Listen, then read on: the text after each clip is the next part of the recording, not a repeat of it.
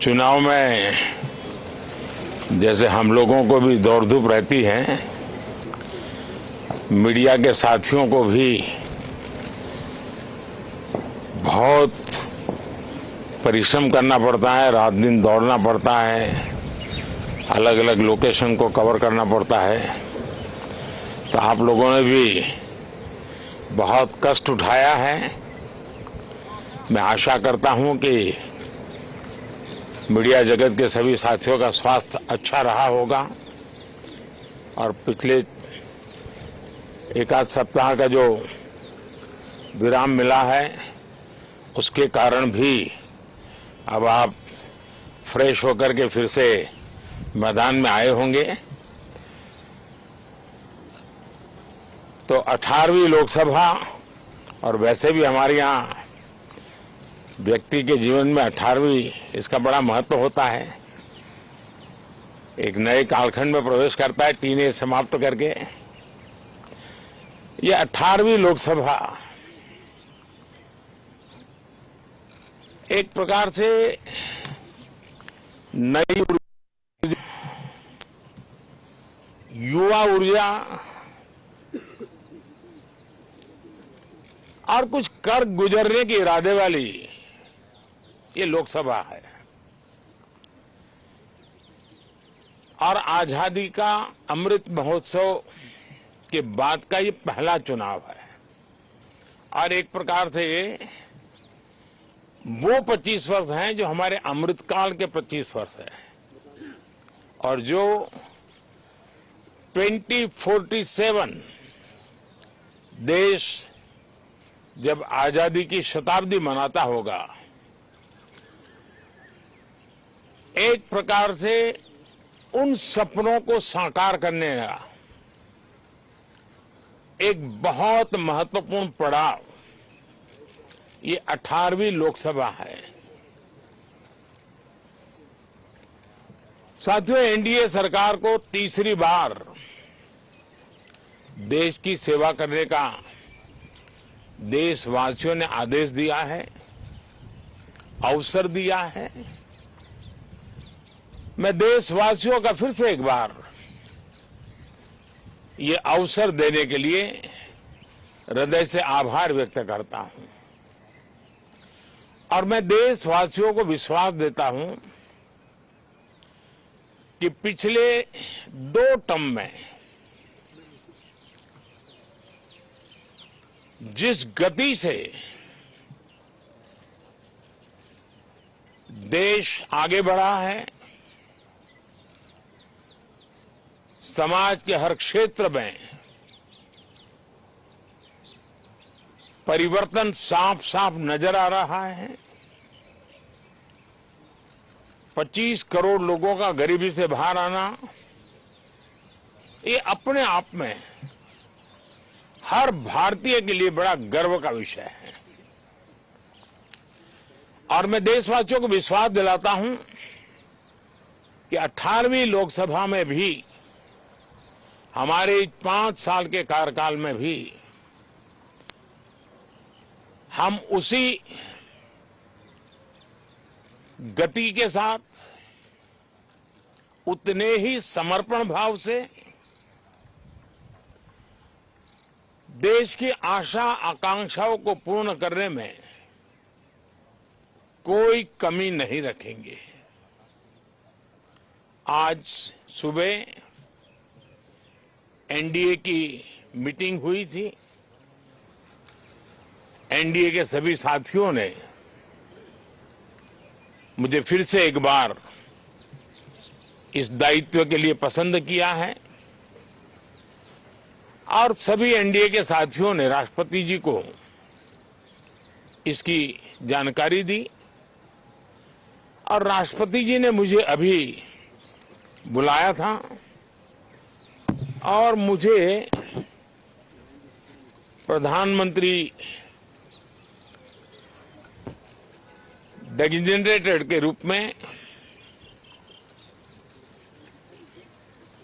काम कर एक नियुक्ति दी है और मुझे शपथ समारोह के लिए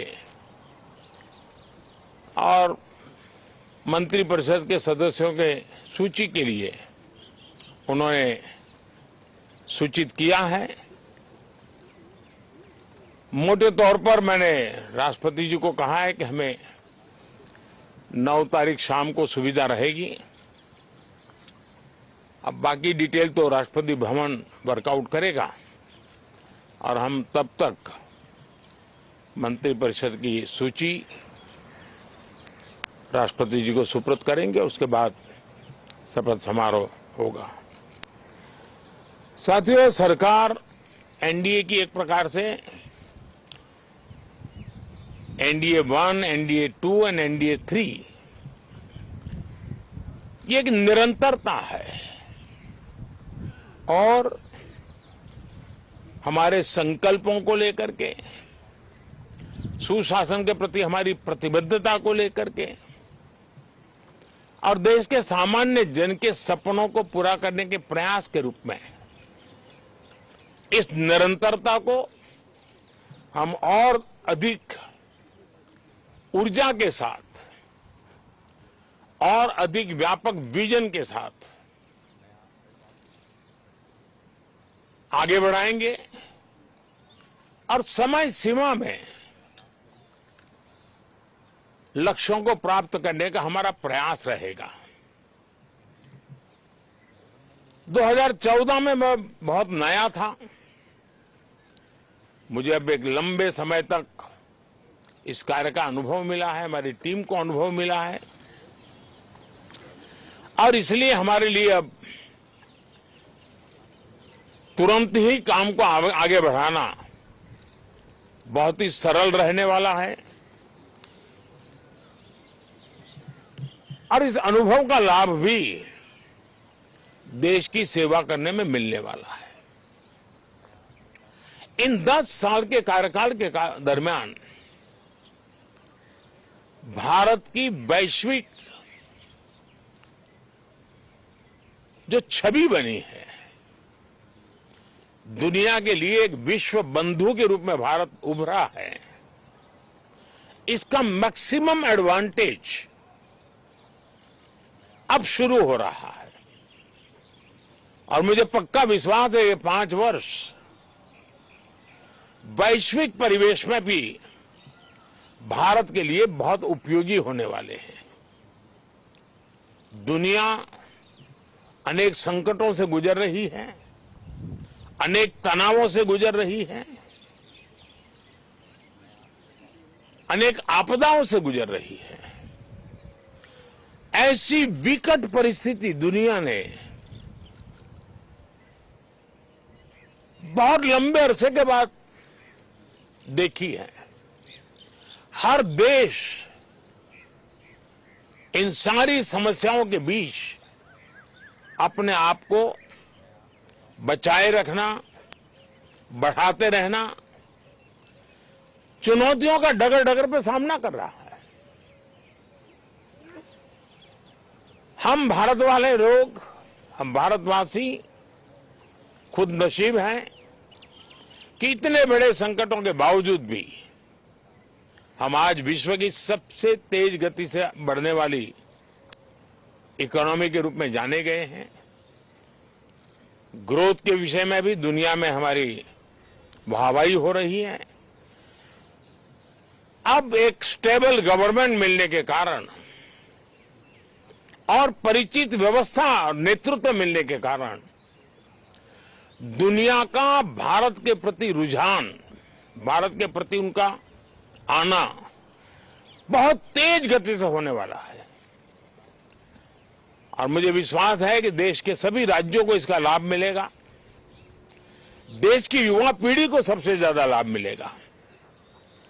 विकास के नए ऊंचाइयों को छूने में एक वैश्विक भागीदारी का वातावरण आने वाले 5 साल में बनने वाला है। तो इसी संकल्पों और आदर्शों के साथ हम आगे बढ़ेंगे। मैं राष्ट्रपति जी का हृदय से आभार व्यक्त करता हूं कि एक बहुत बड़े महत्वपूर्ण दायित्व के लिए उन्होंने मुझे निमंत्रित किया है। आप सबका भी दोस्तों बहुत बहुत धन्यवाद। Thank you. कार्यवाहक प्रधानमंत्री नरेंद्र मोदी को आप सुन रहे थे, वो जल्द प्रधानमंत्री की शपथ लेंगे और मोदी 3.0 की शुरुआत होगी। तस्वीरें आपको दिखा रहे हैं। उन्होंने कहा कि राष्ट्रपति महामहिम द्रौपदी मुर्मू से वो मिले, उन्होंने उनको निमंत्रण दिया है और मीडिया से मुखातिब वो हो रहे थे। उन्होंने कहा कि जिस तरीके से राजनेता चुनाव के दौरान भागता है, पसीना बहाता है, बिल्कुल उसी अंदाज में मीडिया कर्मी भी भागते हैं, पसीना बहाते हैं। और उनको भी उन्होंने शुभकामनाएं दी। प्रधानमंत्री मोदी राष्ट्रपति से मिले और उसके बाद प्रधानमंत्री मोदी ने बयान दिया है और नई सरकार में भी काम की स्पीड कम नहीं होगी। देशवासियों को मौका देने के लिए आभार उन्होंने जताया है और उन्होंने कहा कि उसी रफ्तार से मोदी काम करता रहेगा जिस रफ्तार के साथ मोदी काम कर रहा है। मोदी 3.0 की ये वो शुरुआत जिसमें वो कह रहे हैं कि जो एजेंडे पहले से सेट, उन एजेंडों पर काम किया जाएगा, विकास की रफ्तार को रोका नहीं जाएगा, थामा नहीं जाएगा। और तस्वीरें हम आपको दिखा रहे हैं। हालांकि इस तरीके की तस्वीरें हमने शायद पहले नहीं देखी, क्योंकि ये नया दौर है, ये गठबंधन का दौर है और उसमें इस तरीके की नई तस्वीरें अपने आप में दर्शाती है कि लोकतंत्र कितना मजबूत है और लोकतंत्र पर भरोसा कितना ज्यादा कायम है। ये तस्वीरें राष्ट्रपति भवन के बाहर की और ये तस्वीरें अंदर की, जब राष्ट्रपति महामहिम द्रौपदी मुर्मू से प्रधानमंत्री के तौर पर, कार्यवाहक प्रधानमंत्री के तौर पर मिले और नई सरकार के गठन के निमंत्रण पत्र को स्वीकार किया। एनडीए संसदीय दल के नेता चुने गए हैं नरेंद्र मोदी और मुलाकात हुई है। 9 जून को राष्ट्रपति भवन के अंदर शपथ समारोह होगा और नई सरकार में भी काम की स्पीड कम नहीं होगी। सुशासन के प्रति हमारी प्रतिबद्धता है, ये भी उन्होंने कहा कि और तीसरी बार जो मौका दिया गया है एनडीए सरकार को, उसके लिए जनता का आभार व्यक्त करते हुए कार्यवाहक प्रधानमंत्री नरेंद्र मोदी। तो तस्वीरें बेहद खास हैं। अगले 5 साल बहुत महत्वपूर्ण होने वाले हैं। हालांकि ये तो प्रधानमंत्री के तौर पर जब वो चुनाव लड़ रहे तो उस दौरान भी उन्होंने कहा कि कठोर फैसलों का युग शुरू होने वाला है। 3rd लार्जेस्ट इकोनॉमी के तौर पर भारत आगे बढ़ने वाला है। $5 ट्रिलियन की इकोनॉमी भारत की होगी, ये भी उन्होंने कहा और एक लक्ष्य भी उन्होंने रखा था और वो लक्ष्य था 2047 तक विकसित भारत बनाने का। दरअसल अभी भारत विकासशील देशों की श्रेणी में आता है और ब्रिक्स उन्हीं विकासशील देशों का एक गठबंधन है जिसकी बैठक 10 और 11 जून को होनी है। और वहां भी नए प्रधानमंत्री के तौर पर शपथ लेने के बाद उनके सामने कई चुनौतियां होंगी, जिनमें एक बांग्लादेश चुनौती होगी, जिसके पीछे आकर चीन खड़ा हो गया और कह रहा है कि ब्रिक्स के अंदर बांग्लादेश को जोड़ा जाए।